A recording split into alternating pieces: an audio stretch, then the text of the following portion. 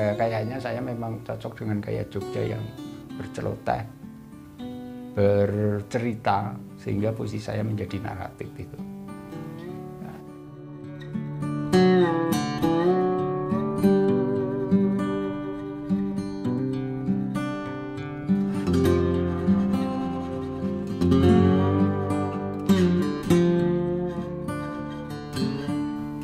Kamboja itu kelihatan berduka melihat kepergian daun-daun tua diterpa lonceng gereja.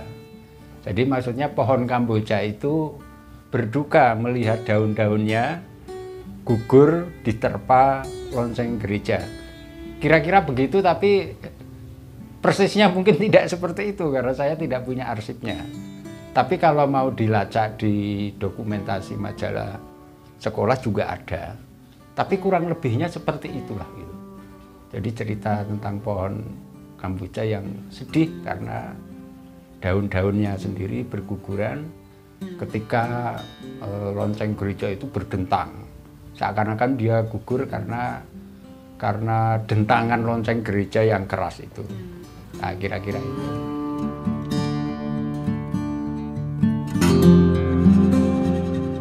Ya, itu puisi pertama saya ketika saya mulai belajar menulis puisi. Dan setelah menulis puisi itu, saya diberi semangat oleh teman-teman. Kayaknya kamu berbakat menjadi penulis puisi begitu. Lalu puisi itu dimuat di majalah sekolah.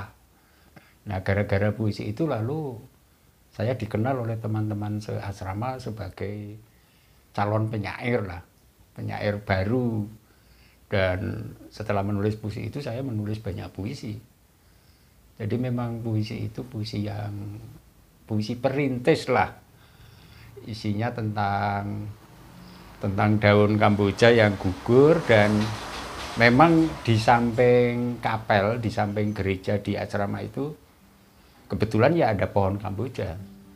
Tapi bahwa daun Kamboja itu gugur sebetulnya itu fiktif. Itu hasil imajinasi saya. Nah, di situ saya merasa, wah ternyata oke juga nih saya coba menulis puisi, dibilang bagus oleh teman-teman. Gitu ceritanya.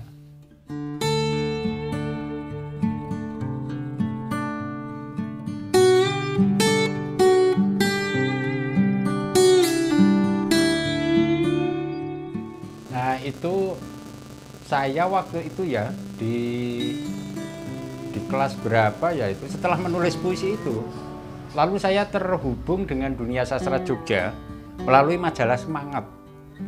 Majalah Semangat yang diasuh oleh Pak Marjuki dan yang menangani rubrik sastranya Mas Warno Pragolapati. Nah, Mas Warno Pragolapati ini dia akomodatif. Jadi merangsang para pengarang muda di SMA itu untuk menulis dan mengirim ke rubrik puisi Semangat. Bahkan kami itu serombongan dari asrama pernah mengikuti acara yang diselenggarakan oleh Mas Warno dan majalah Semangat di Jogja. Jadi kami hari Minggu itu pergi ke Jogja mendengarkan para penyair yang waktu itu kami anggap besar ya, para penyair Jogja. Nah, setelah itu saya mengirim ke majalah Semangat dan diterima oleh Mas Warno. Bahkan Mas Warno itu mengirim surat balasan panjang lebar sampai 5 halaman, diketik memberi apresiasi, dan dia memuat beberapa puisi saya. Lalu dari situlah saya semakin bersemangat. Jadi sebetulnya sejak di asrama meskipun di Magelang, saya sudah terhubung dengan perkembangan sastra Jogja. Lalu saya mencari clipping koran Kedaulatan Rakyat di pasar, misalnya di Magelang itu kan ada pasar. Saya cari rubrik-rubrik sastra. Nah itu, jadi bagaimanapun ternyata memang diperlukan peran seorang fasilitator, editor yang memungkinkan bibit-bibit baru ini tumbuh. Saya dulu merasa sangat didukung oleh kehadiran majalah Semangat. Kalau tidak salah saya masih menyimpan itu majalah Semangat tua yang tapi belum saya cari yang ada puisi saya itu. Ya itu.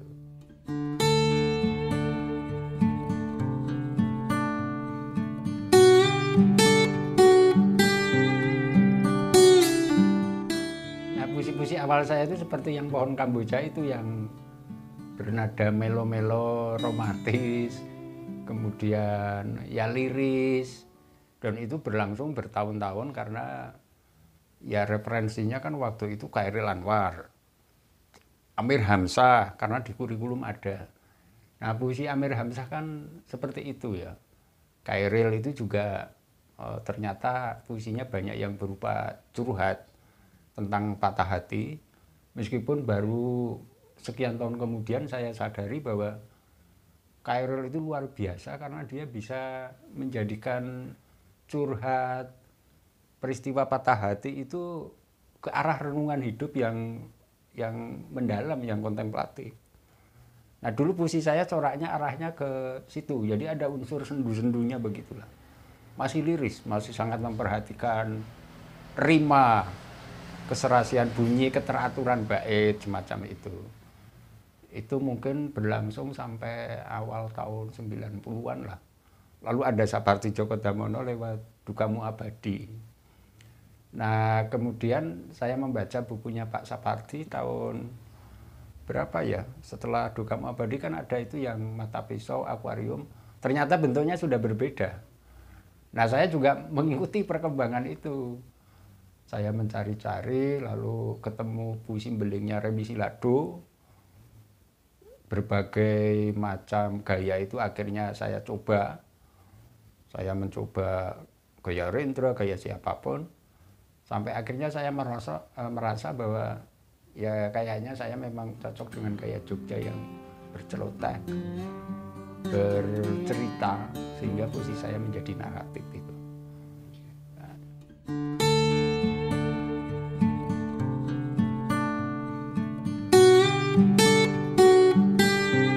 Oh ya itu. Nah, kalau Mas Latif baca puisi Jogjanya Linus, itu mungkin akan menemukan bahwa itu cikal bakal puisi naratif saya sebetulnya.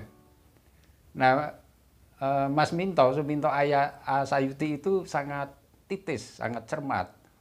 Dengan tepat mengatakan sebetulnya bibit-bibit puisi naratif saya itu dimulai dari puisi Jogjanya Linus. Ada unsur humornya itu di sana mulai muncul auranya itu. Jadi sebetulnya juga bukan sesuatu yang mendadak lah kemunculan gaya naratif puisi saya. Karena itu di puisi itu tahun berapa ya itu, awal 90-an itu gejala itu sudah muncul. Dan puisi itu kan sampai sekarang saya pertahankan di buku saya yang diterbitkan ulang berisi puisi lama, puisi itu ada. Karena itu memang saya anggap puisi penting, ada nama-nama penyair Jogja. Nah itu puisi, menurut saya itu puisi penting untuk saya sendiri. Gaya Jogja saya sudah mulai muncul di puisi itu. Ya waktu Linus masih ada nama Mas Minto, Landung, Mas Iman kan. Itu tokoh-tokoh hebat pada waktu itu. Iya.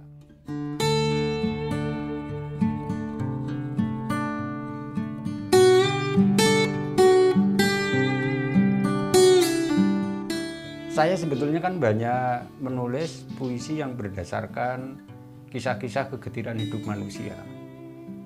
Itu coba saya tulis dalam bentuk lirik, kok hasilnya puisi yang melankolis itu loh. Nah kan saya jadi malu. Ini kembali ke era pujangga baru nadanya itu. Lalu saya mikir begini, saya pernah membaca buku. Kira-kira kalau kamu pengen mengungkapkan sesuatu, carilah cara yang bertentangan. Kalau ingin mengungkapkan kegetiran, carilah cara yang sebaliknya, misalnya dibikin candaan, kira-kira begitu. Nah ternyata itu cocok. Jadi kisah-kisah kegetiran hidup manusia itu akan semakin terasa, akan semakin menyentuh kalau itu diungkapkan dengan cara yang justru rileks, humor, karena akan sampai pada sikap menertawakan diri sendiri, itu loh. Nah itu ya tidak terlalu terasa sebagai sentimental melankolis, tapi sebagai ya kisah hidup yang wajar lah. Nah saya menemukan itu. Perumpamaannya gini, pernah ada teman mengatakan kalau kamu sumuk, kepanasan, minumlah malah jahe panas kira-kira begitu, disengkake sekalian. Jadi ya kegetiran hidup itu malah dijadikan dipecandain aja kira-kira begitu. Gue keguyon, orang yo ayo gitu, orang Jogja.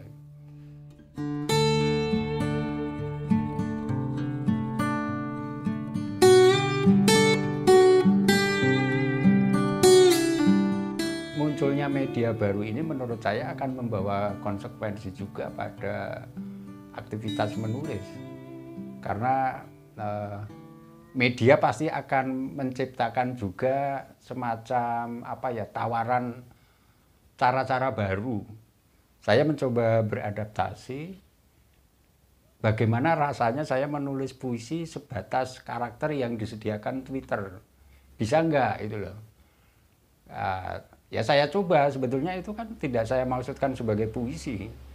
Hanya semacam ya celoteh yang sependek puisi.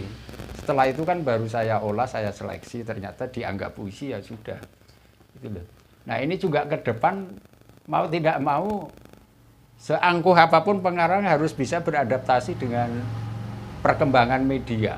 Media akan terus berkembang. Terlebih misalnya di era digital ini pasti orang juga harus beradaptasi dalam hal cara menyajikan karya, meskipun memang kita tetap harus memegang teguh prinsip-prinsip proses kreatif sebagai kerja intelektual yang sifatnya kontemplatif. Itu kan kesulitan kita sekarang begitu. Mungkin nggak di tengah berbagai perkembangan media yang menuntut orang untuk cepat berkarya itu tetap bisa memelihara semangat kontemplatif itu dalam berproses kreatif. Saya kira itu.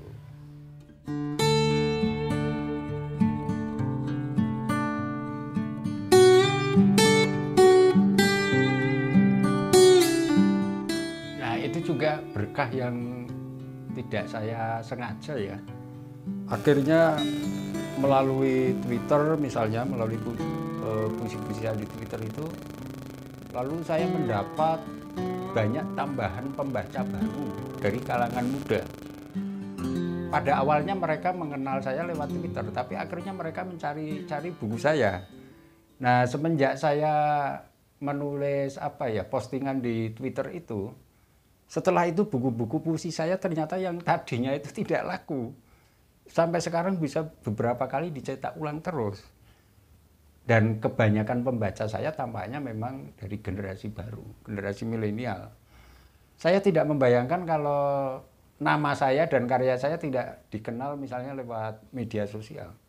Belum tentu buku-buku saya sekarang diminati. Jadi saya juga mendapatkan berkah dari media sosial. Dalam hal ini ya saya kecipratan dampak positifnya. Meskipun dampak negatifnya tentu ada lah. Lalu mungkin para pengarang muda menjadi terpancing pengen cepat-cepat tampil dan dikenal. Padahal saya kan lama prosesnya itu. Proses latihan menulisnya lama. Nah itu, jadi banyak pembaca karya saya mengenal saya lewat media sosial. Bahkan mungkin banyak yang awalnya hanya mengenal kutipan-kutipan saya yang diviralkan, belum membaca karya utuhnya. Nah setelah itu sebagian dari mereka baru mencari buku saya. Dan ya alhamdulillah sekarang ini buku-buku saya ya dicetak ulang terus. Gitu loh. Nah itu juga kita tidak bisa menghindar dari perkembangan media. Akan terus.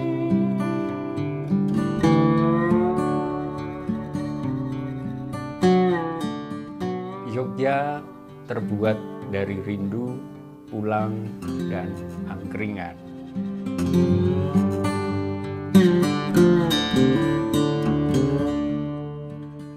Mungkin itu puisi saya yang paling populer ya. Dan puisi saya itu memang hanya pendek, bunyinya hanya itu.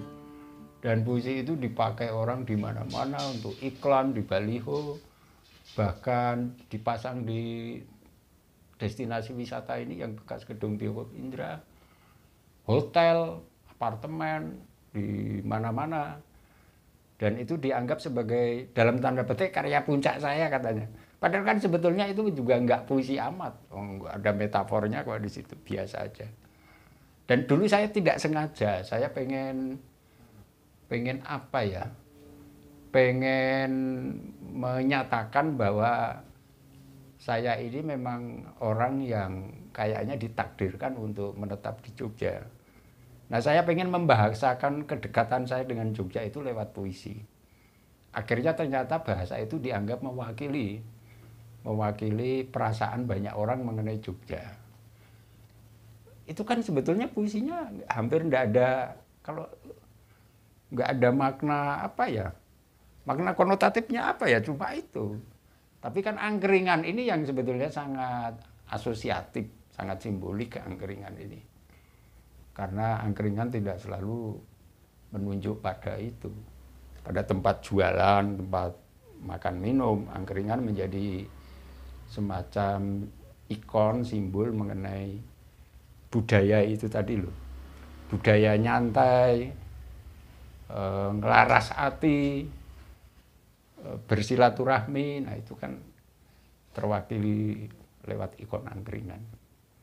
Saya sendiri sih senang, meskipun memang banyak orang menggunakan puisi itu tanpa izin, tapi yang nggak apa-apa. Yang penting nama saya masih dicantumkan.